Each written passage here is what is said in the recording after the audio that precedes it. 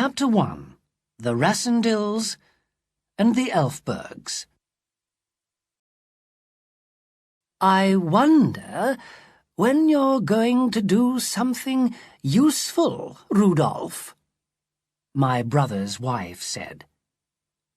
She looked at me crossly over the breakfast table. But why should I do anything, Rose? I answered, calmly eating my egg.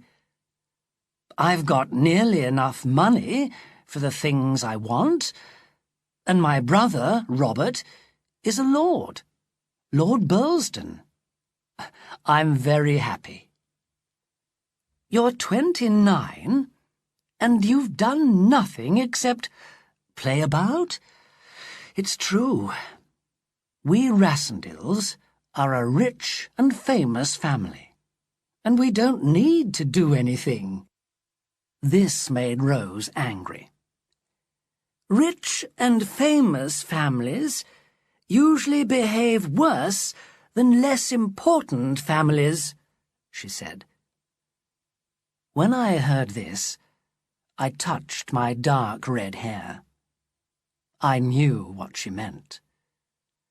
I'm so pleased that Robert's hair is black, she cried. Just then, my brother, Robert, came in. When he looked at Rose, he could see that there was something wrong. "What's the matter, my dear?" he said. "Oh, she's angry because I never do anything useful, and because I've got red hair," I said. "Well, I know he can't do much about his hair, or his nose," Rose began. "No, the nose and the hair are in the family," my brother agreed, "and Rudolph has both of them." In the room, there were many family pictures, and one of them was of a very beautiful woman, Lady Amelia, who lived 150 years ago. I stood up and turned to look at it. "If you took that picture away, Robert," Rose cried, "we could forget all about it." "Oh, but I don't want to forget about it," I replied. "I like being an Elfberg." But perhaps I should stop for a moment and explain why Rose was angry about my nose and my hair, and why I, a Rassendil, said I was an Elfberg. After all, the Elfbergs are the royal family of Ruritania, and have been for hundreds of years. The story is told in a book about the Rassendil family history. In the year 1733, Prince Rudolph of Ruritania came to England on a visit, and he stayed for several months.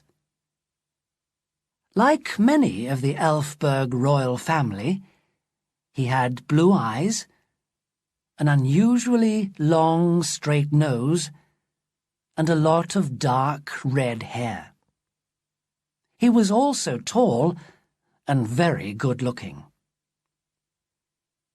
During his stay here, he became friendly with Lady Amelia, the beautiful wife of Lord Burlston. They became very good friends indeed, which naturally did not please Lord Burlston. So, one cold, wet morning, the two men fought. The prince was hurt in the fight, but got better and was hurried back to Ruritania. There he married and became King Rudolph III. But Lord Burlston fell ill, and 6 months later he died. 2 months after that, Lady Amelia had a baby son, who became the next Lord Burlston and the head of the Rassendyll family. The boy grew into a man with blue eyes, a long straight nose, and dark red hair. These things can happen in the best of families, and among the many pictures of the Rassendylls at home, you can see that 5 or 6 of them have the same blue eyes, the same nose, and the same red hair. So, because my hair was red, and I had the Elfberg nose, Rose worried about me. In the end, to please her, I promised to get a job in 6 months' time. This gave me 6 free months to enjoy myself first. And an idea came to me. I would visit Ruritania. None of my family had ever been there. They preferred to forget all about the Lady Amelia. But I saw in the newspaper that in 3 weeks the new young king, Rudolph V, would have his coronation. It would be an interesting time to visit the country. I knew my family would not like my going, so I told them I was going walking in Austria.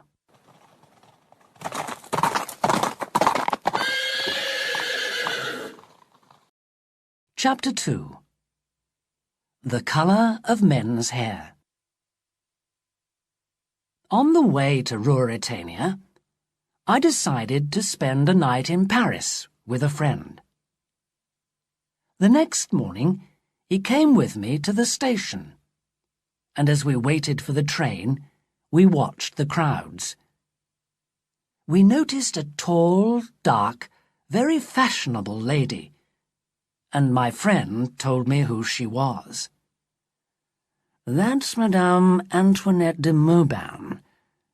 She's travelling on the same train as you, but don't fall in love with her. Why not? I asked, amused. Ah, said my friend. All Paris knows that she's in love with Duke Michael of Strelsau, and he, as you know, is the half-brother of the new king of Ruritania. Although he's only the second son, and will never be king himself, he's still an important man, and very popular, I hear, with many Ruritanians. The lovely Madame Antoinette won't look twice at you, Rudolph. I laughed, but he had woken my interest in the lady. I did not speak to her during the journey, and when we arrived in Ruritania, I left the train at Zenda, a small town outside the capital. But I noticed that Madame de Mauban went on to Strelsau, the capital. I was welcomed very kindly at my hotel. It belonged to a fat old lady and her pretty daughter. From them, I learned that the coronation was to be on the day after next, and not in 3 weeks. The old lady was more interested in Duke Michael of Strelsau than in the new king. The castle of Zenda and all the land around it belonged to the duke, but the old lady said, "It's not enough. Duke Michael should be king. He spends all his time with us. Every Ruritanian knows him, but we never see the new king." But the daughter cried, "Oh, no! I hate Black Michael. I want a red Elfberg. And the king, our friend Johann says, is very red. Johann works for the Duke, and he's seen the king. In fact, the king's staying just outside Zenda now," she added. He's resting at the Duke's house in the forest, before going on to Strelsau on Wednesday for his coronation. The Duke's already in Strelsau, getting everything ready. They're friends? I asked. Friends who want the same place and the same wife, the pretty girl replied. The Duke wants to marry his cousin, Princess Flavia, but people say she's going to be King Rudolph's wife and the Queen. Just then, their friend Johann entered the room. We have a visitor, Johann, the girl's mother said, and Johann turned towards me. But when he saw me, he stepped back, with a look of wonder on his face. What's the matter, Johann? The daughter asked. Good evening, sir, Johann said, still staring at me. He did not seem to like what he saw. The girl began to laugh. It's the colour of your hair, sir, she explained. We don't often see that colour here. It's the Alfberg red, not Johann's favourite colour. The next day, I decided to walk through the forest for a few miles and take the train to Strelsau from a little station along the road. I sent my luggage on by train, and after lunch, I started out on foot. First, I wanted to see the castle of Zenda, and in half an hour I had climbed the hill to it. There were two buildings, the old one, with a moat around it, and the new modern building. Duke Michael could have friends to stay with him in the new castle, but he could go into the old castle when he wanted to be alone. The water in the moat was deep, and if he pulled up the drawbridge over the moat, no one could get to him. I stayed there for some time and looked at the castle. And then I walked on through the forest for about an hour. It was beautiful, and I sat down to enjoy it. Before I knew what had happened, I was asleep. Suddenly, I heard a voice say, "Good heavens, he looks just like the king." When I opened my eyes, there were two men in front of me. One of them came nearer. "May I ask your name?" he said. "Well, why don't you tell me your names first?" I replied. The younger of the two men said, "This is Captain Sapt, and I am Fritz von Tarlenheim. We work for the King of Ruritania." "And I am Rudolf Rassendyll," I answered, "a traveller from England. My brother is Lord Burlesdon." "Of course! The hair!" Sapt cried. "You know the story, Fritz?" Just then, a voice called out from the trees behind us. "Fritz? Fritz! Where are you, man?" "It's the king," Fritz said, and Sapt laughed. Then a young man jumped out from behind a tree. I gave a cry, and when he saw me, he stepped back in sudden surprise. The King of Ruritania looked just like Rudolf Rassendyll, and Rudolf Rassendyll looked just like the king. For a moment, the king said nothing. But then he asked, "Captain? Fritz? Who is this?" Sapt went to the king and spoke quietly in his ear. The king's surprise changed slowly to an amused smile. Then suddenly he began to laugh loudly. "Well met, cousin," he cried. "Where are you travelling to?" "To Strelsau, sir. To the coronation." The king looked at his friends, and for a moment he was serious. But then he began to laugh again. "Wait until Brother Michael sees that there are two of us," he cried. "Perhaps it isn't a very good idea for Mr. Rassendyll to go to Strelsau," Fritz said, worried, and Sapt agreed with him. "Oh, we'll think about the coronation tomorrow," the king said. "Tonight we'll enjoy ourselves. Come, cousin." We returned to the Duke's house in the forest, where we had an excellent dinner. The king called loudly for wine, and Captain Sapt and Fritz seemed worried. Clearly, the king liked his wine a little too much. "Remember, the coronation is tomorrow," warned old Sapt. But the king was only interested in enjoying himself tonight. So we all drank and talked and drank again. At last, the king put down his glass and said, "I've drunk enough." As he said that, old Joseph, the king's servant, came in. He put some very special old wine on the table in front of the king and said, "Duke Michael offers you this wine and asks you to drink it for love of him."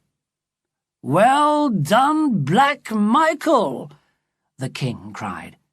"Well, I'm not afraid to drink your wine." And he drank every drop of wine in the bottle himself. Then his head fell forward onto the table, and soon afterwards I too remembered no more of that wild evening.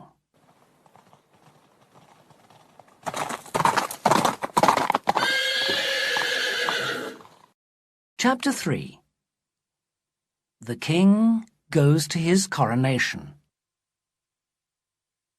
I do not know how long I was asleep, but when I woke up, I was cold and wet. Sapt and Fritz stood there looking at me. "We had to wake you," Sapt said. "Cold water was the only way." Fritz took my arm and turned me round. "Look," he said. The king was on the floor, and when Sapt pushed him with his foot, he did not move. "We've been trying to wake him for half an hour," said Fritz, "but he's sleeping like a dead man." The three of us looked at each other. "Was there something in that last bottle of wine?" I asked. "I don't know," Sapt said. "But if he doesn't get to his coronation today, there'll never be a coronation for him. All Ruritania is waiting for him in Strelsau, and Black Michael with half the army too. We can't tell them that the king is too drunk to go to his own coronation." "You can say he's ill," I said. "Ill?" Sapt laughed angrily. "Everybody will know what that means. He's been ill too many times before." "Tell me, do you think somebody put something in his wine?" I asked. "It was Black Michael," Fritz replied. "We all know he wants to be king himself." For a moment or two we were all silent, and then Sapt looked at me. "You must go to Strelsau and take his place." I stared at him. "You're crazy, man. How can I do that? The king—" "It's dangerous, I know," said Sapt, "but it's our only chance. If you don't go, Black Michael will be king, and the real king will be dead or a prisoner." How could I refuse? It took me 2 minutes to decide. "I'll go," I said. "Well done, boy," cried Sapt. He went on quickly and quietly. "After the coronation, they'll take us to the palace for the night. When we're alone, you and I will leave and ride back here to fetch the king. He'll be all right by then. I'll take him back to Strelsau, and you must get out of the country as fast as you can." "But what about the soldiers?" Fritz asked. "They're Duke Michael's men, and they're coming to take the king back to Strelsau for the coronation." "We'll go before the soldiers get here," Sapt said, "and we'll hide the king." He picked up the king in his arms, and we opened the door. An old woman, Johann's mother, was standing there. She turned without a word and went back to the kitchen. "Did she hear?" Fritz asked. "Don't worry. I'll make sure she can't talk," Sapt said, and he carried the king away. When he returned, he told us that he had locked the old woman in a room underground. The king and Joseph were hidden in another room underground. "Joseph will take care of the king and tell him everything when he wakes up. Come," he went on. "There's no time to lose. It's already 6 o'clock." Soon I was dressed in the king's clothes. The horses were ready, and we were on our way. As we rode through the forest, Sapt told me everything that he could about my life, my family, my friends, and the things I liked or did not like. He told me what to do when we got there, and how to speak to different people. He was a wonderful teacher, and I listened hard. One mistake could mean death for all 3 of us. It was 8 o'clock when we arrived at the station and got on the train, and by 9:30 we were in Strelsau. And when King Rudolph V stepped out of the train, the people shouted, "God save the king!" Old Sapt smiled. "God save them both," he said quietly. "I only hope we are all alive tonight."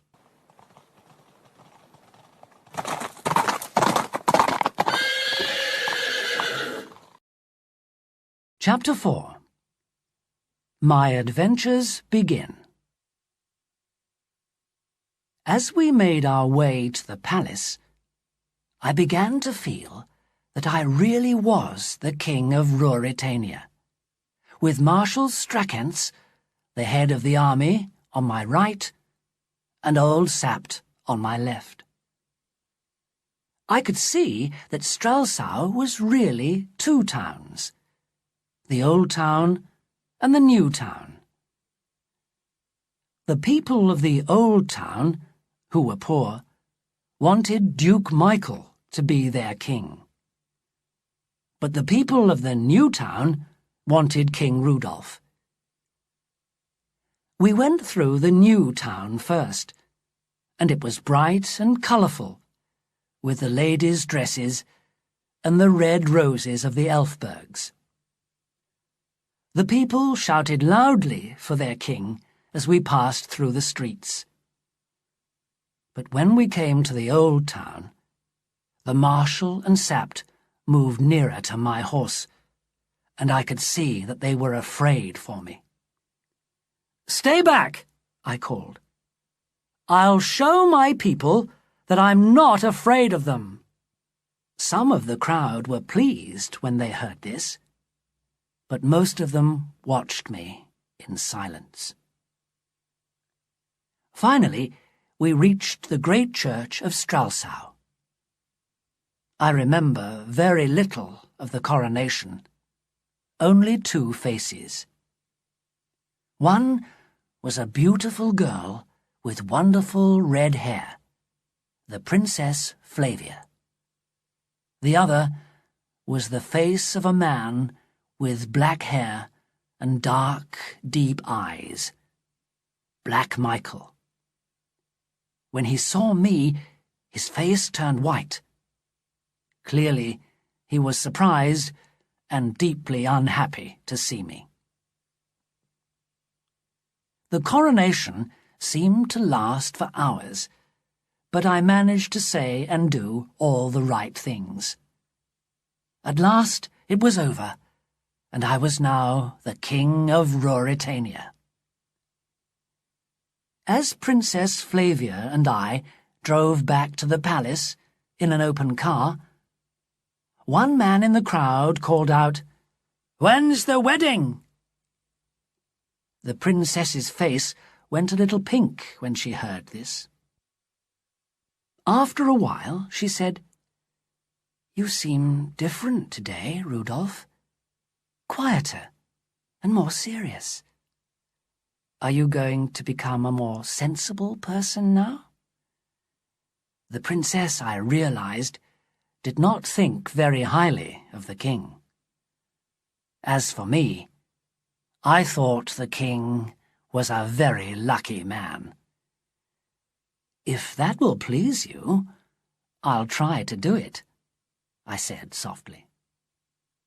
The princess's face went pink again. Then she said, "You must be careful of Michael. You know—" "I know," I said, "that he wants what I have, and also what I hope to have one day." As I spoke, I looked at her, and she smiled at me prettily. I wonder what the king's doing now, I thought. The royal dinner went on for a long time, but at last Fritz, Sapt, and I were alone in the king's dressing room. "You did well," Fritz said, "but Rassendyll, be careful. Black Michael looked blacker than ever today, because you and the princess had so much to say to each other." "She's very beautiful," I replied. "Come on," Sapt cried. "There's no time for that now. We must leave for Zenda at once to find the king. If we're caught, we'll all be killed. Black Michael has had a letter from Zenda, so perhaps he knows already. Don't unlock the door, Fritz, while we're away, or you'll be a dead man. Say the king must be left alone to rest. Now, come on. The horses are ready." Fritz and I shook hands. Then I covered my red hair and most of my face. Sapt and I left the room by a secret door, and we found ourselves outside, at the back of the palace gardens. A man was waiting there with 2 horses. Soon we left the town behind us, and we were out in the country. we rode like the wind, and by 10 o'clock had come to the edge of the forest of Zenda. Suddenly, Sapt stopped. "Listen," he said quietly. "Horses behind us. Quick, get down. The castle's to the left," he continued. "Our road's to the right." We hid in the thick trees, and we waited and watched. The men came nearer. It was Black Michael and another man. When they came to the two roads, they stopped. "Which way?" the Duke asked. "To the castle," the other man cried. "They'll know there what's been happening." The Duke waited for a moment. "To Zenda, then," he cried finally, and the two men took the road to the left. We waited for 10 more minutes, and then we hurried on. When we arrived at the house in the forest, we ran to the underground rooms. The one where Sapt had locked up the old woman was empty. She had escaped. The other room was locked. Sapt's face was white with fear. Between us, we broke down the door and ran in. I found a light and looked round the room. The servant Joseph was on the floor, dead. I held up the light and looked in every corner of the room. "The king isn't here," I said. Chapter 5. His Majesty returns to Strelsau. It was 1 o'clock in the morning. For a few minutes we said nothing. Then Sapt cried, "The Duke's men have taken the king prisoner." "Then we must get back and wake everyone in Strelsau," I cried. "We must catch Black Michael before he kills the king." "Who knows where the king is now?" Sapt answered. Then suddenly he began to laugh. "But we've given Black Michael a problem," he said. "Yes, my boy. We'll go back to Strelsau. The king will be in his palace in Strelsau again tomorrow." "No!" I cried. "Yes," Sapt answered. "It's the only way to help him. Go back and take his place for him." "But the Duke knows." "Yes, but he can't speak, can he? What can he say? This man isn't the king because I've taken the real king prisoner and murdered his servant? Can he say that?" "But people will soon realize I'm not the real king," I said. "Perhaps, perhaps not," said Sapt. "But we must have a king in Strelsau, or Michael will ride in tomorrow as the new king. Listen, boy, if you don't go back to Strelsau, they'll kill the king. And if you do go back, they can't kill the king, because if they kill him, how can they ever say that you're not the real king? Don't you see?" he cried. "It's a dangerous game, but it gives us a chance of winning." It was a wild, hopeless plan, but I was young. I would never have the chance of an adventure like this again. "Sapt, I'll try it," I said. "Good for you," Sapt cried. "But we must hurry. Look!" He pulled me over to the door. The moon was low now, and there was not much light, but I could just see a small group of men on horses. They were Black Michael's men, probably coming to take the dead body of Joseph away. We can't let them go without doing something, I said, thinking of poor Joseph. Right, Sapt agreed.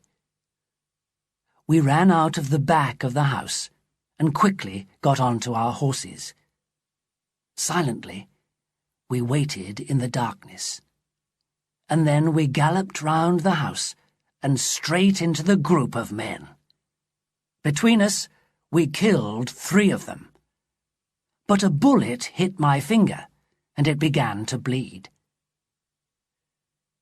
We rode hard all night, and it was about 8 or 9 o'clock in the morning when we reached Strelsau.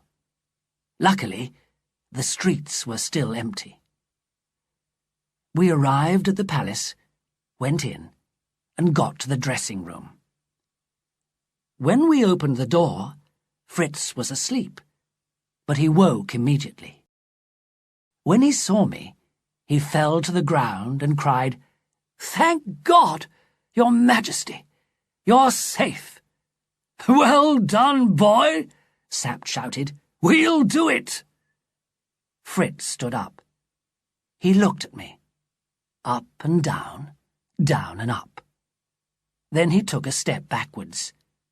"Where's the king?" he cried. "Be quiet," Sapt warned him. "Someone will hear." Fritz's face was white now. "Is the king dead?" he asked quietly. "Please God, no," I answered. "But Black Michael has him." The next day was a long one for me. Sapt talked to me for 3 hours about what I must do and what I must say, what I liked and what I didn't like. Then I had to do some of the king's business, but because of my damaged finger, I did not have to write my name on any papers. When at last I was alone with Sapt and Fritz, we began to talk about Black Michael. Fritz told me that Black Michael had 6 very dangerous men among his servants. 3 Ruritanians, a Belgian, a Frenchman, and an Englishman. They did anything that the Duke ordered, and did not stop at murder.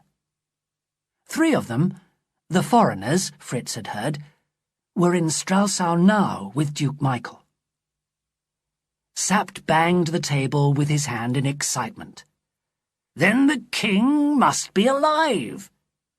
Michael's brought the foreigners with him, and left the 3 Ruritanians to hold the king prisoner. Usually, the 6, as they're called, go everywhere with him."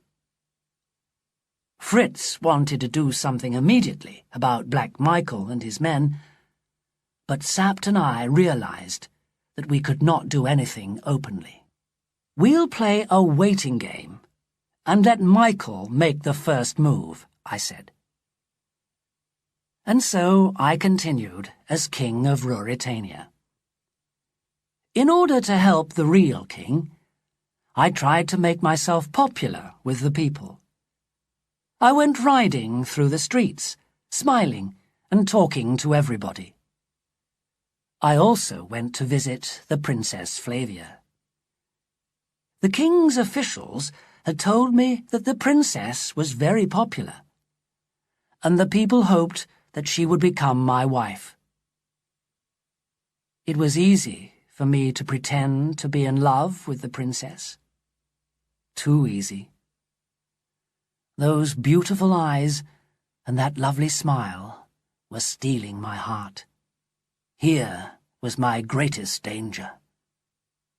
I was pretending to be another man, but losing my own heart. On my first visit, we sat together for a long time, talking of this and that. When I got up to leave, Princess Flavia said, "Rudolph, you will be careful, won't you? You have enemies, as I'm sure you know, and your life is very important to Ruritania. Only to Ruritania? I asked softly. And to your loving cousin, she answered quietly. I could not speak. I took her hand in mine. Then, with a heavy heart, I left. Of course, I made many mistakes in my new life as king. But I managed to talk my way out of them, with luck, and with help from Fritz and Sapt. It was like living on a knife edge. Once, I met my brother Michael in the princess's house. We smiled and talked politely, but I could see the anger in his black eyes.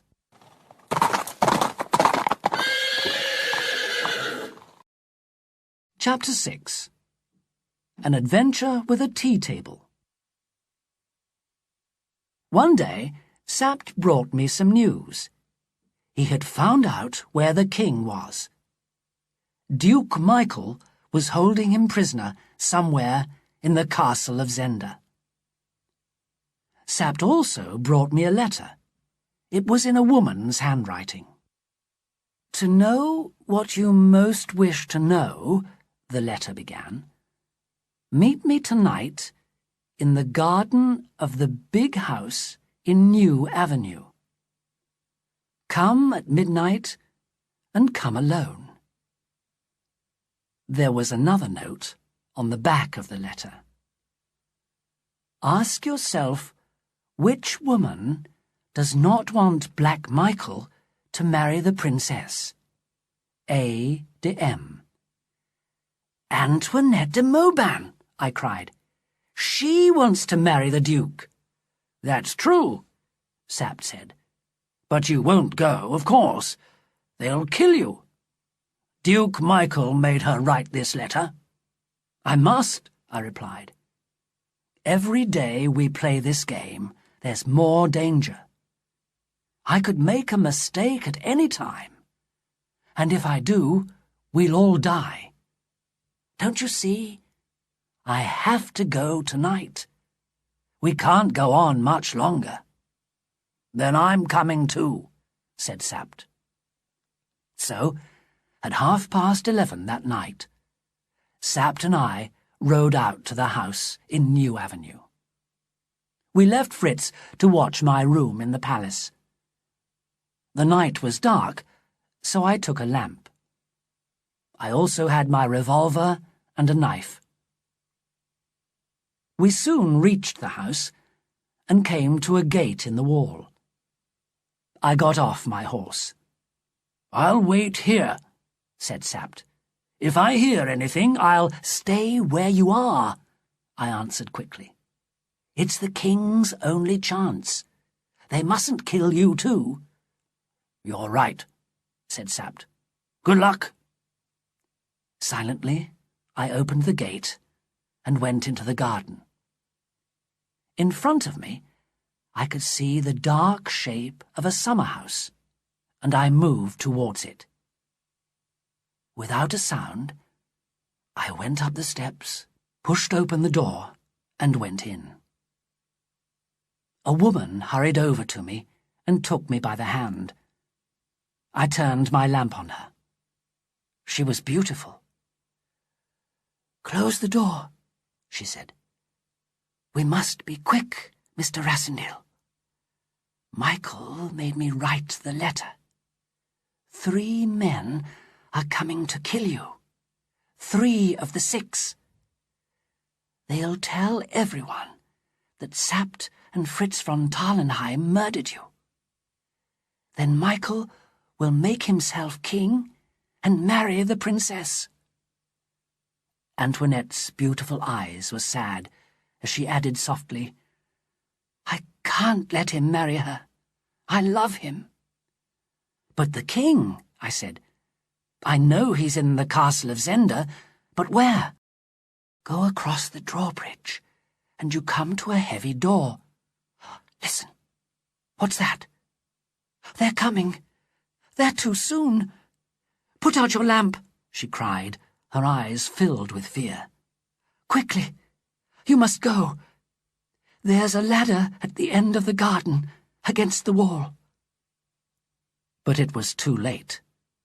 The 3 men were already outside. There was a small hole in the door, and I put my eye to it. My hand was on my revolver. It was no good. There were 3 of them. I could kill one, perhaps, but then... A voice came from outside. "Mr. Rassendyll?" It was the Englishman. "We only want to talk to you. Open the door." "We can talk through the door," I replied. I looked through the hole again and saw that they were on the top step. When I opened the door, they would run at me. "We'll let you go if you leave the country, and we'll give you 50,000 English pounds, continued Detchard, the Englishman. "Give me a minute to think," I answered. Wildly, I looked around the summer house and saw a metal garden table and some chairs. I picked up the table and held it in front of me by the legs. Then I went to the back of the room and waited. "All right, I agree," I called. "Open the door." I heard them arguing with each other, and then Detchard said to the Belgian, "Why, Bersenin, are you afraid of one man?" A second later, the door opened. De Gotet, the Frenchman, was with the other 2, and the 3 men were standing there with their revolvers ready. With a shout, I ran at them as hard as I could. They tried to shoot me, but the bullets hit the table. The next second, the table knocked them to the ground, and we all fell on top of each other. Quickly, I picked myself up and ran for my life through the trees. I could hear them coming after me. Was Antoinette right? Was there really a ladder by the wall? I reached the end of the garden. The ladder was there. In a minute, I was up it and over the wall.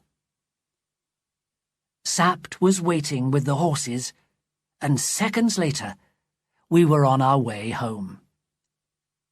And as we rode, we laughed, because I had fought Duke Michael's dangerous men with a tea table. Chapter 7. For Love of the King. Every day, I was sent a secret report by the Chief of Police, and the next afternoon I was playing cards with Fritz when Sapt brought it in. We learned that Duke Michael and the 3 had left Stralsau, and that Antoinette de Mauban had also left. Clearly, they had gone to Zenda. The report also said that the people were unhappy because the king had not yet asked Princess Flavia to marry him. "Yes," said Fritz, "it's true. I've heard that the princess loves the king, and she's very sad." "Well," Sapt informed us, "I've arranged a dance at the royal palace this evening for the princess." "Why wasn't I told?" I asked angrily. But Sapt continued, "Everything is arranged, and tonight you must ask the princess to marry you." "No, I'll do nothing to hurt her," I cried. "All right, my boy," Sapt smiled gently. "Just say something nice to her then.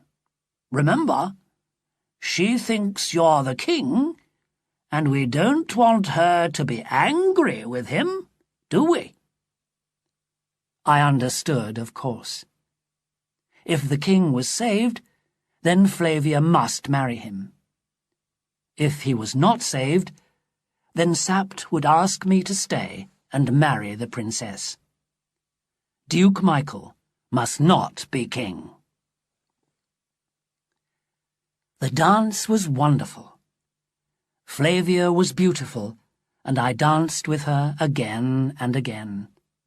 Everyone could feel our happiness. I forgot about the crowd of rich, colourful people who were watching us. I had eyes only for my beautiful Flavia. When supper had finished, Fritz touched me on the shoulder. I stood up, took Flavia's hand, and led her into a little room. They brought coffee to us, and then the door was closed quietly. The princess and I were alone. The windows of the little room opened onto the garden. The night was fine, and the room was filled with the sweet smell of the flowers outside. Flavia sat down, and I stood opposite her. I was fighting with myself. But then she looked at me, and I was lost. I forgot the king. I forgot who I was. I forgot everything. I fell to my knees, took her gently in my arms, and kissed her. Suddenly, she pushed me away. "Is it true? Do you really love me?" she cried. "Or is it because you're the king and you must marry me?" "No," I answered quietly. "I love you more than my life," Flavia smiled. "Oh, why do I love you now?" she said softly. "I didn't love you before, but I do now." How happy I was. It was not the king she loved. It was me. It was Rudolf Rassendyll. But as I looked into her lovely face, I knew I could not live with the lie. How could I pretend to be the king any longer? "There's something I must tell you," I began in a low voice. "Your Majesty," said a voice from the garden. "People are waiting to say goodbye." It was Sapt. He had heard me talking to the princess. "We'll come," I replied coldly. But Flavia, her eyes full of her love for me, held out her hand to Sapt as he came into the room. He took it and said softly and sadly, "God save your Royal Highness." And then he added, "But before all comes the king. God save the king." When Sapt told the people that Princess Flavia had accepted the king as her future husband, they were wild with happiness. "You know, Sapt," I said sadly, "I could marry the princess and let my people kill Duke Michael and the king." "I know," Sapt replied quietly. "So we must go to Zenda and bring the king home at once," I said. Sapt put his hand on my shoulder. "You're the finest Elfberg of them all," he said, with feeling. Before we left Stralsau, I saw the Marshal and asked him to stay near Flavia, to take care of her and to keep her safe from Duke Michael. Then I went to say goodbye to her. At first she was cold with me. She did not understand why I wanted to leave her. But her anger changed to fear when I told her that I was going after Duke Michael.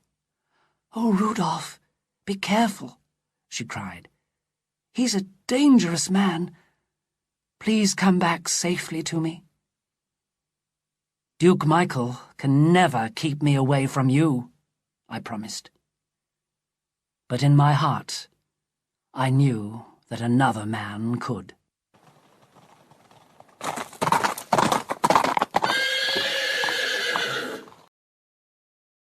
Chapter 8.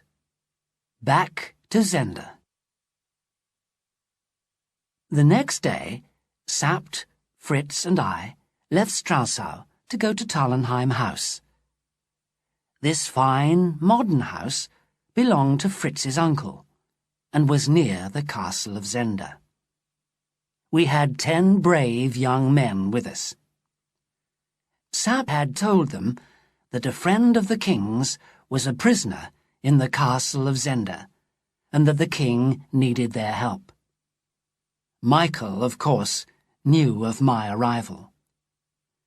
But I was sure he did not understand why I had come.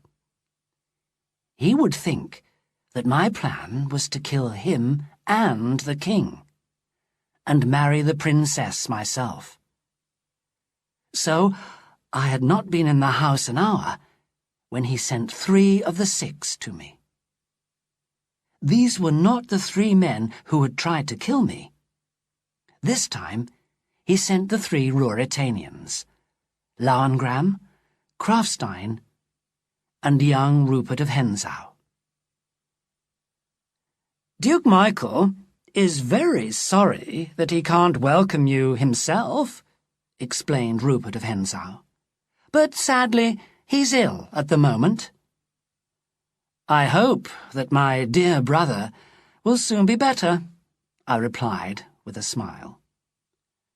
Rupert threw back his head, shook his black hair, and laughed. He was a good-looking young man. People said he had broken many hearts already. Oh, I'm sure he will, he answered. That evening, instead of having dinner at the house, Fritz and I went to the little hotel in the town of Zenda where I had stayed before. Ask for a room where we can dine alone, I said to Fritz. And ask the pretty girl to bring our food. I covered my face, and the girl came and put the wine down on the table. When she turned to go, she looked at me, and I let her see my face. "The king!" she cried. "You were the king! Oh, I'm sorry, sir. I'm sorry. The things that we said!" "Forget that now," I answered. "You can help me. Bring our dinner, but tell no one that the king is here." She came back in a few minutes, looking very serious.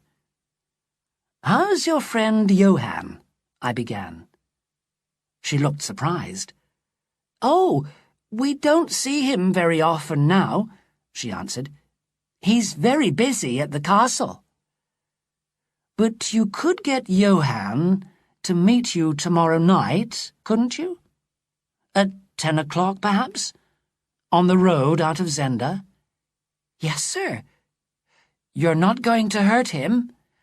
"Not if he does what I say. Go now, and say nothing about this." After dinner, we left to go back to Tallenheim House. We had almost reached it when we saw Sapt running to meet us. "Have you seen them?" he cried. "Who?" I asked. "Duke Michael's men. Don't go out unless you have 6 men or more with you," he said. "You know Bernenstein, one of your men?" "Of course," I answered. "A good, strong man, about as tall as me." "Well, they tried to kill him. He's upstairs now with a bullet in his arm. He was walking in the woods, and he saw 3 men. Suddenly, they started shooting at him, so he began to run. He was lucky. They were afraid to come too near the house, so he escaped. But it was you they wanted to kill." "Sapt," I said, "I promise I'll do one thing for Ruritania before I leave it." "What's that?" asked Sapt. "I'll kill every one of the 6. Ruritania will be a better place without them.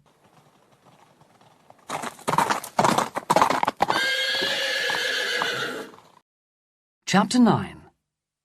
News of the Prisoner. The next morning, I was sitting in the garden in the sun when suddenly I saw young Rupert of Hentzau on horseback coming through the trees towards me. He was not afraid of my men, but asked to speak with me alone. He said he had a message for me from the Duke of Strelsau. I asked my friends to move away, and Rupert came and sat down near me. "Rassendyll," he began, "the Duke—" "Don't you know how to speak to the king?" I asked. "Why pretend with me?" "Because it isn't finished yet." "Well, I'm here because I want to help you." "Then give me the message." "What does the Duke want?" I asked. "He wants you to leave. He'll take you safely out of the country and give you £100,000.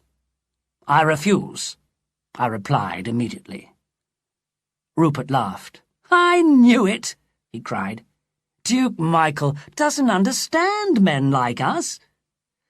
"You must die, then," he added carelessly. "Yes," I answered, "but you won't be alive to see me die." I laughed. "How's your prisoner?" I added. "Alive," he replied. "How's the pretty princess?" I took a step towards him. "Go now, before I kill you," I shouted angrily.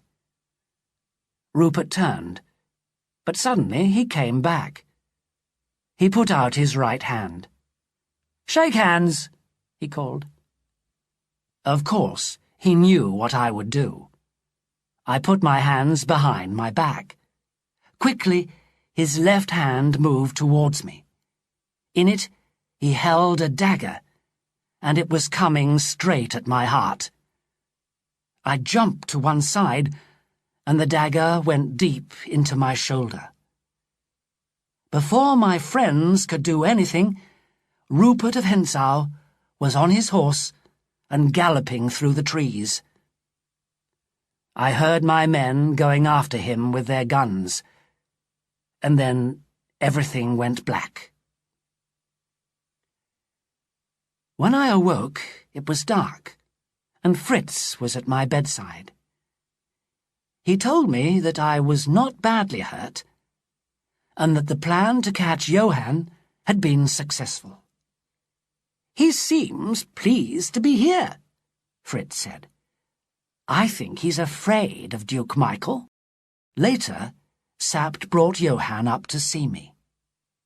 At first, Johann was afraid to speak, but then he began to talk. We asked him many questions, and finally, Johann gave us the information we wanted. In the castle of Zenda, near the drawbridge and below the ground, there were 2 small rooms, cut out of the rock itself. In the first of these rooms, there were always 3 of the 6. At the back of this room, there was a door which led into the second room. The king was in the second room. If someone tries to get into the first room, 2 of the 3 men will fight, but Rupert of Hentzau, or Detchard, will run into the second room and kill the king, Johann said. There's a small window in the second room, with a large pipe going down into the moat outside, he went on.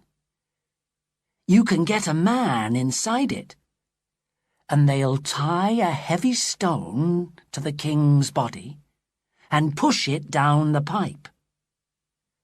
The body will go down and disappear under the water, and the murderers will then go down the pipe themselves and swim across the moat."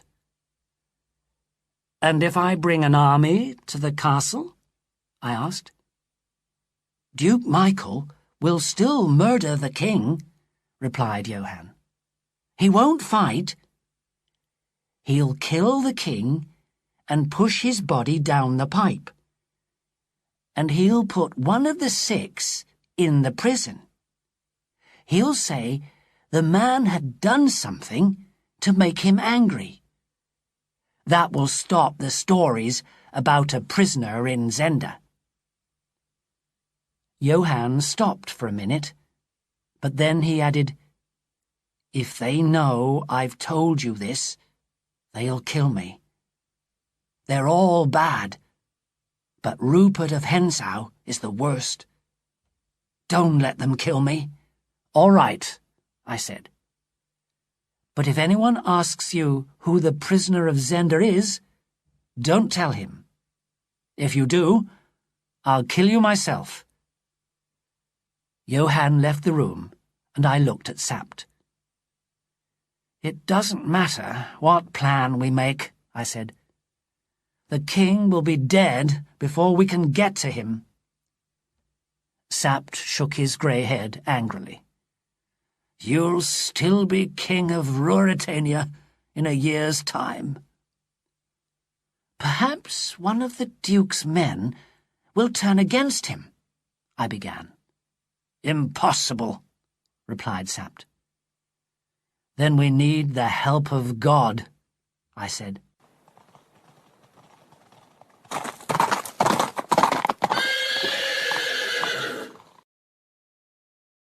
Chapter 10. A Night Outside the Castle. I wanted Duke Michael to think that I was still very ill. So we told the newspapers that the king had had a very serious accident. When Princess Flavia read this, she was very worried, and she decided to come and see me. The marshal could not stop her, and although I was afraid for her, I was excited at the thought of seeing her again. We spent 2 wonderfully happy days together. We had sent Johann back to the castle of Zenda, and suddenly we had a message from him. The real king was very ill. "I must save him," I said to myself. "I love Flavia more each day.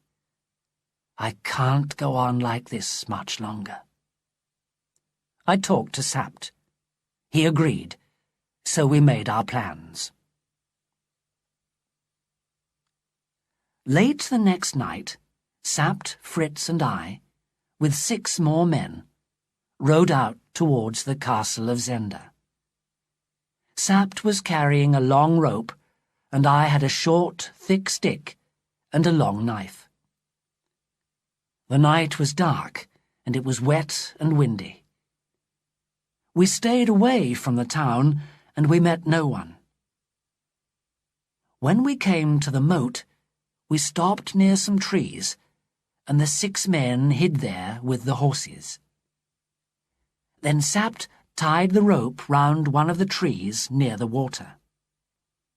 I pulled off my boots, put the stick between my teeth, and gently went down the rope into the water.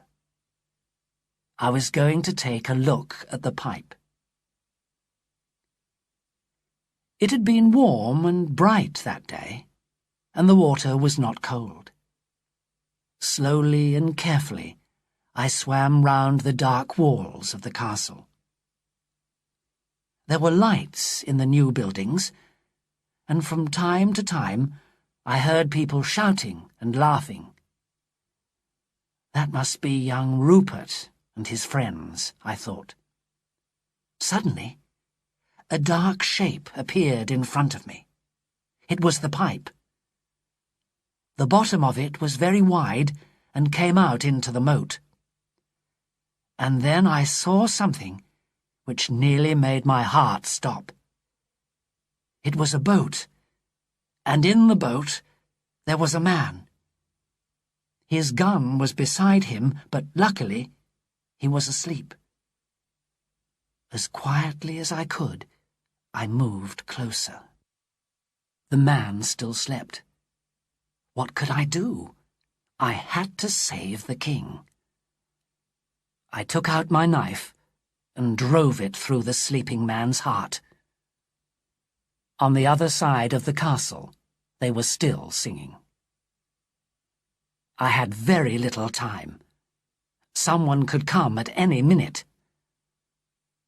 I looked up at where the pipe went through the wall into the prison. There was a thin line of light at the bottom edge. I heard Detchard's voice, and then I heard the king reply. Just then, the light went out, and in the darkness, I heard the king crying. I did not call to him. I had to get away safely and take the body of the dead watchman with me. I climbed into the boat and began to go back to where my friends were. No one could hear me because the wind was strong. But from somewhere behind me, I heard a shout. Someone was calling to the watchman. I reached the side of the moat where Sapt and Fritz were waiting. Quickly, I tied the rope round the man's body, and Sapt and Fritz pulled it up. Then I climbed up the rope myself.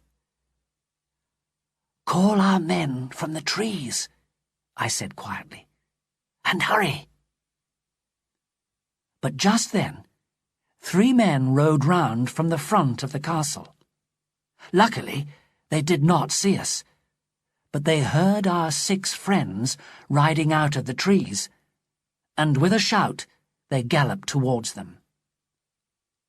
Seconds later, we heard the sound of shots, and I ran to help our men. Sapt and Fritz followed. "Kill them!" cried a voice. It was Rupert of Hentzau. "Too late! They've got both of us!" cried another voice.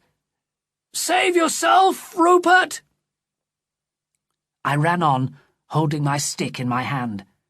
Suddenly, through the darkness, I saw a horse coming towards me. I jumped at the horse's head and saw the man's face above me.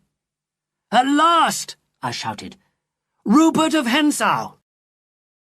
He had only his sword, and my men were coming at him from one side, and Sapt and Fritz from the other. Rupert laughed. "Ha! It's the play actor!"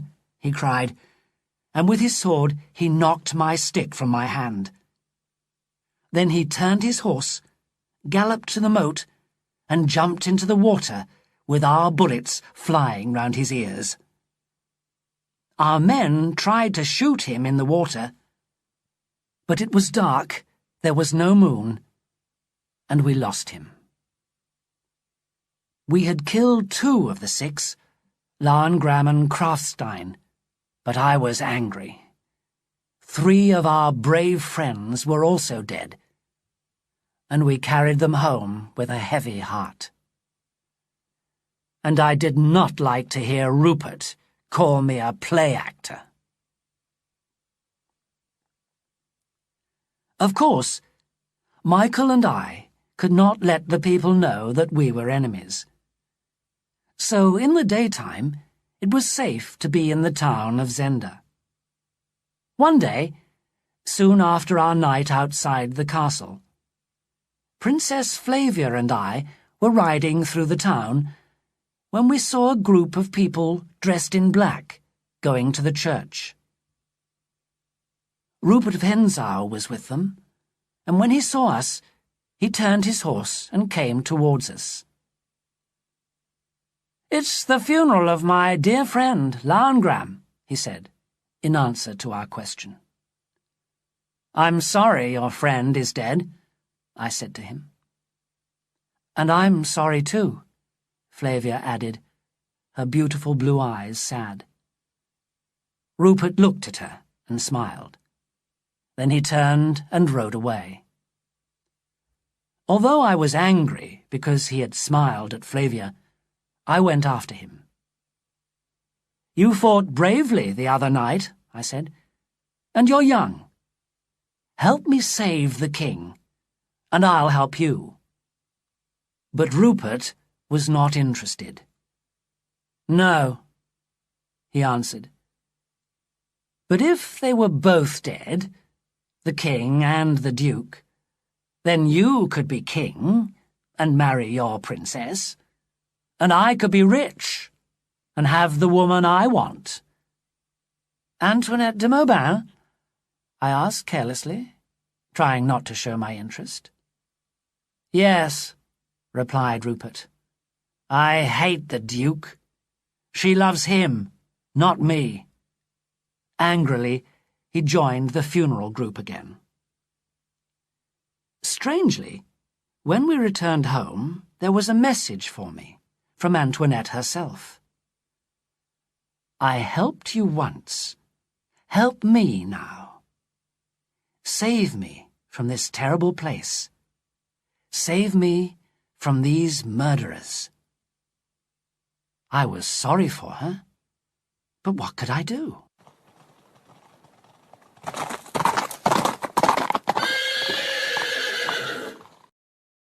Chapter 11. A Dangerous Plan. One day, Johann came to tell us that the king was now very sick and that Antoinette de Mauban and a doctor were looking after him. But the Duke never left Rupert of Hentzau alone with Antoinette. I understood why, after what Rupert had told me. There were often angry voices in the castle these days, Johann told us. 2 of the 6 were now dead, but there were always 2 men watching the king. The other 2 slept in a room above and would hear them if they called. Detchard and Bersonin watched by night, Rupert of Hentzau and de Gotet by day. The Duke's rooms were on the 1st floor, in the new buildings of the castle, and Antoinette's room was on the same floor. But at night, the Duke locked the door of her room and pulled up the drawbridge. He kept the key himself. Johann slept near the front door of the new castle with 5 other men, but they had no guns. We could not wait any longer. "Listen," I said to Johann. "I'll make you rich if you do what I say." Johann agreed. "You must take this note to Madame de Mauban," I said, "and tomorrow, at 2 o'clock in the morning, you must open the front door of the new castle. Tell the others that you need air or something, and then escape." Johann was clearly afraid, but he seemed to understand. I explained my plan to Sapt and Fritz. "When Johann opens the front door," I said, "Sapt and his men will run into the castle and hold the men who are sleeping there. At the same time, Antoinette will scream loudly again and again. She'll cry, 'Help! Help me, Michael!' And she'll shout Rupert of Hentzau's name. Duke Michael will hear, and he'll run out of his room straight into the hands of Sapt. Sapt will get the key from the Duke and let down the drawbridge. Rupert and de Gotet will hear the noise and hurry to cross the drawbridge. I'll hide by the bridge, in the moat, and when they try to cross, I'll kill them. Then we'll hurry to the room where the king is and kill Detchard and Bersonin before they have time to kill the king." The others listened in silence. It was a very dangerous plan, and I did not really think it would work, but we had to try. That evening, I went to visit Flavia. She seemed very thoughtful, and as I was leaving, she placed a ring on my finger. I was wearing the king's ring, but I took off my Rassendil family ring and gave it to her. "Wear this for me, always," I said. She kissed the ring and replied seriously, "I'll wear it until the day I die." And then I had to leave her. I had already told the marshal that if anything happened to the king, he must take Flavia to Strelsau, tell the people that Duke Michael had killed the king and that Flavia was their queen. I knew this could be my last day alive.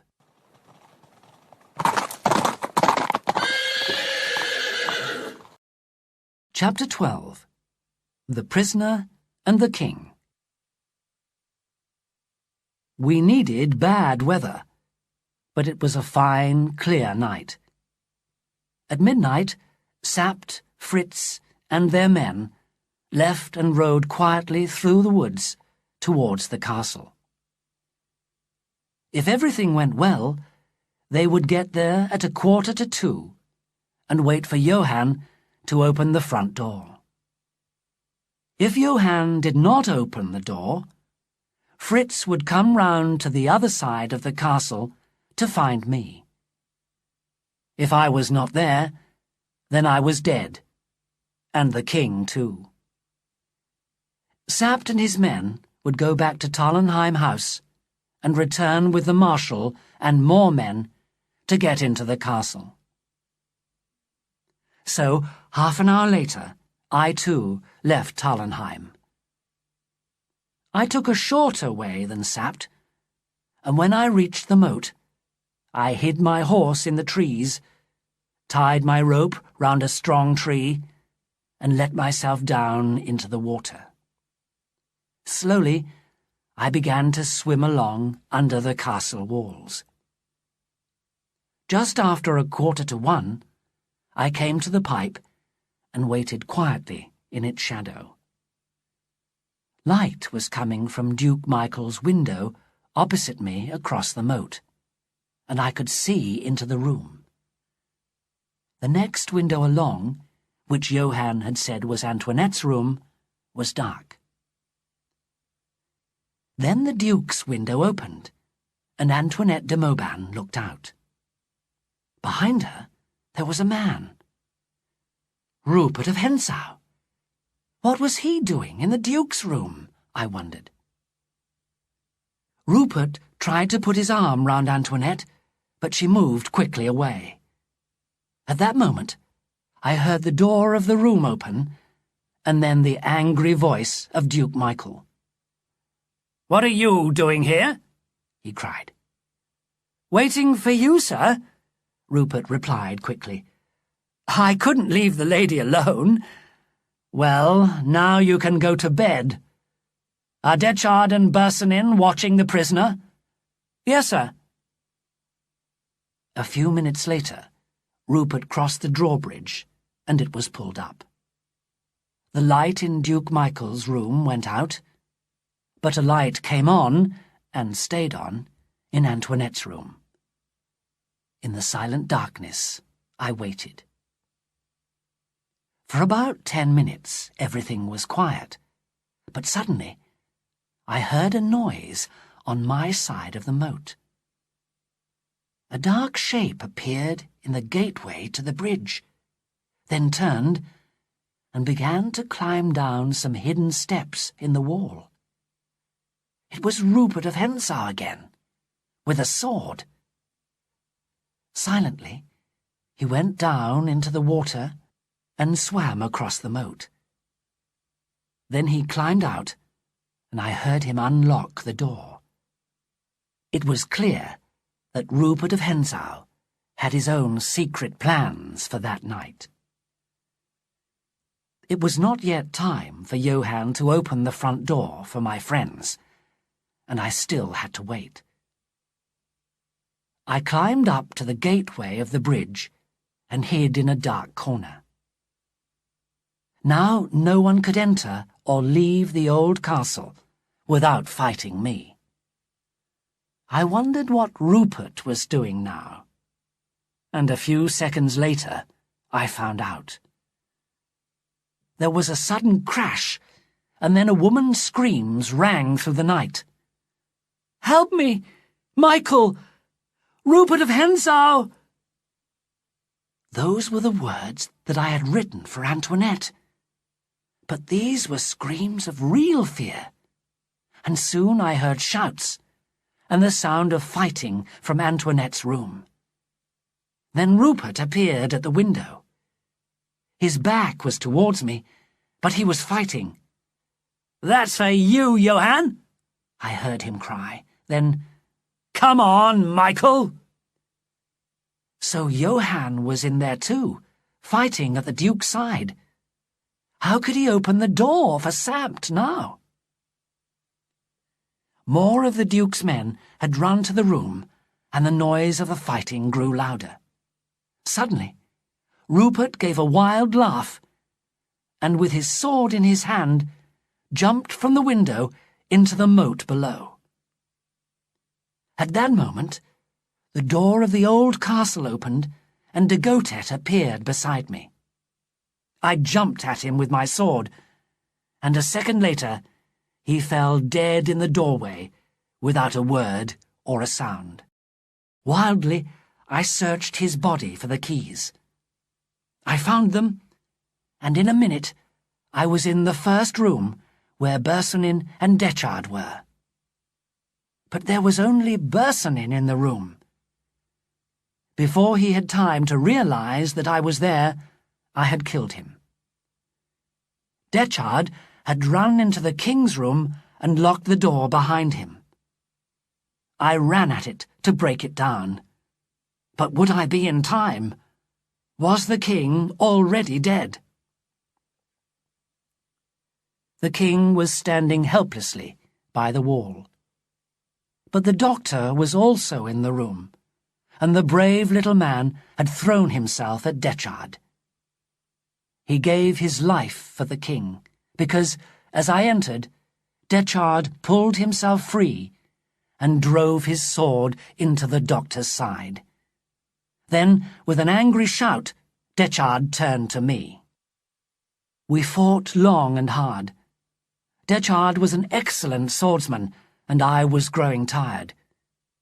He drove me back against the wall, gave me a deep cut in the arm, and began to smile. In a second, he would kill me. Suddenly, the king realized who I was. "Cousin Rudolph!" he cried.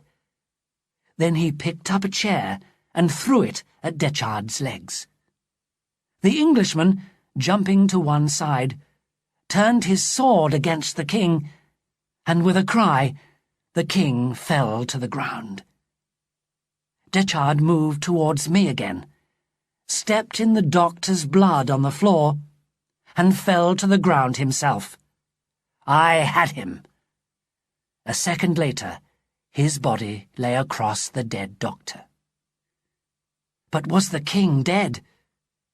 I had no time to find out, because just then I heard the noise of the drawbridge coming down.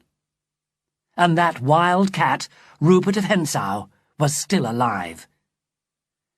The king must wait for help, while I fought his enemies. I ran out of the room and up the steps towards the drawbridge. And then I heard the sound of laughter. Rupert of Hentzau was laughing.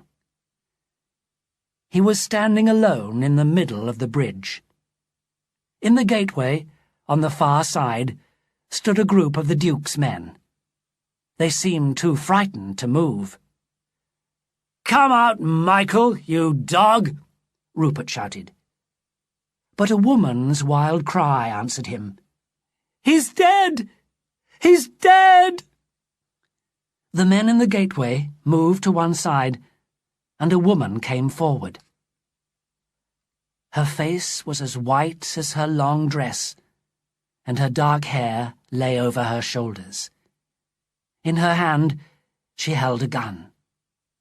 The shot rang out, but she missed. Rupert laughed. Again, Antoinette de Mauban faced him, her gun ready. But before she could shoot, Rupert jumped over the side of the bridge and down into the moat below. At that moment, I heard the sound of running feet inside the new castle, and the welcome voice of my old friend, Captain Sapt. Then I knew that the king was safe and needed me no more. I ran out onto the bridge and jumped down into the moat. I had business to finish with Rupert of Hentzau. I swam hard and caught up with him round the corner of the old castle. He had found my rope, climbed out of the moat, and was already running towards the trees where I had left my horse. I ran after him as fast as I could. He turned and saw me and called out, laughing, "Why, it's the play actor!" But then, with a cry of surprise, he found my horse, and in a minute he was on its back. "Get down!"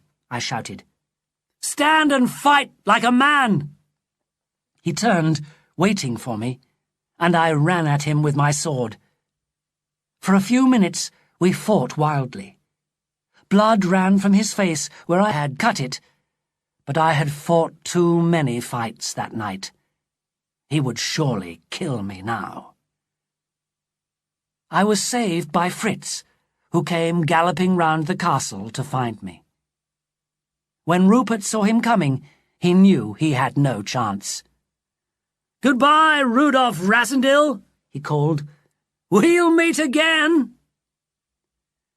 And he rode away into the forest, laughing and singing, and still alive.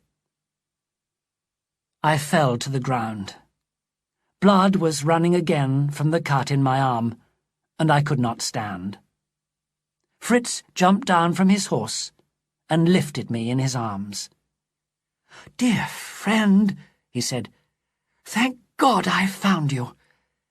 When Johann did not come, we had to break down the castle door. We were afraid we would be too late." "And the king?" I said. "Thanks to a very brave Englishman," Fritz said gently, "the king is alive."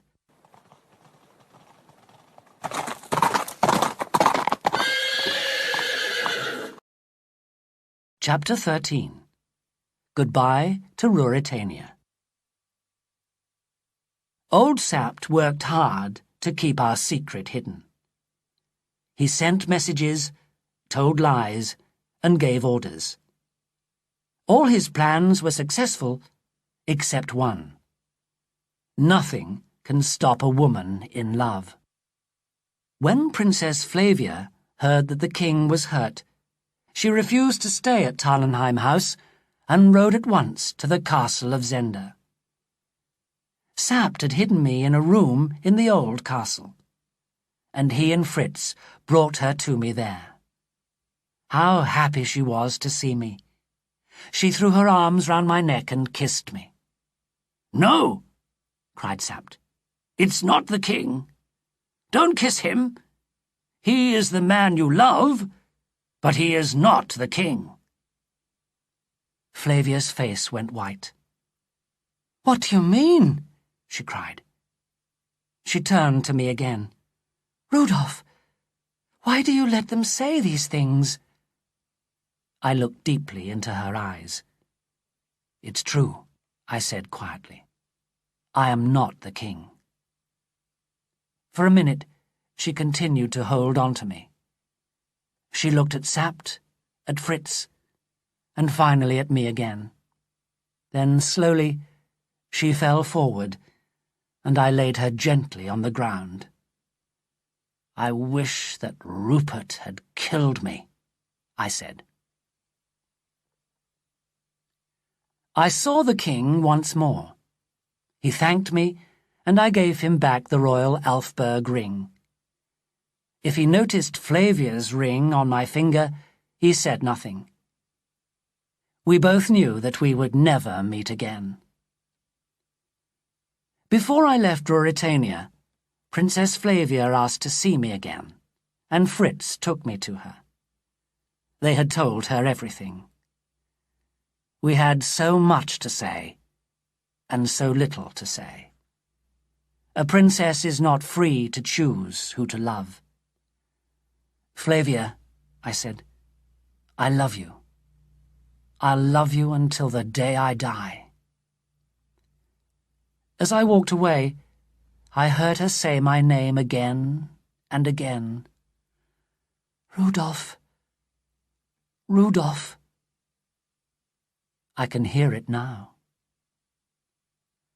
I live quietly now, but every year Fritz and I meet in a little town outside Ruritania. There he gives me news of the Queen of Ruritania, the wife of King Rudolph V. And every year he brings me a red rose and a note with the words written, Rudolph, Flavia, always. And I send her a red rose with the same message. Shall I ever see her again?